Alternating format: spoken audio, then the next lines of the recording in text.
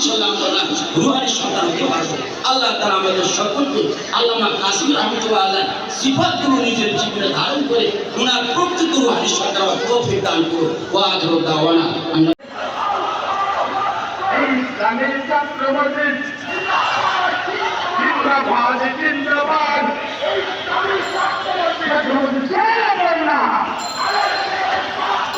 আদর্শের সংগ্রাম ছাত্রবাদী পিছেদার ছাত্র সমাজ ছাত্রবাদ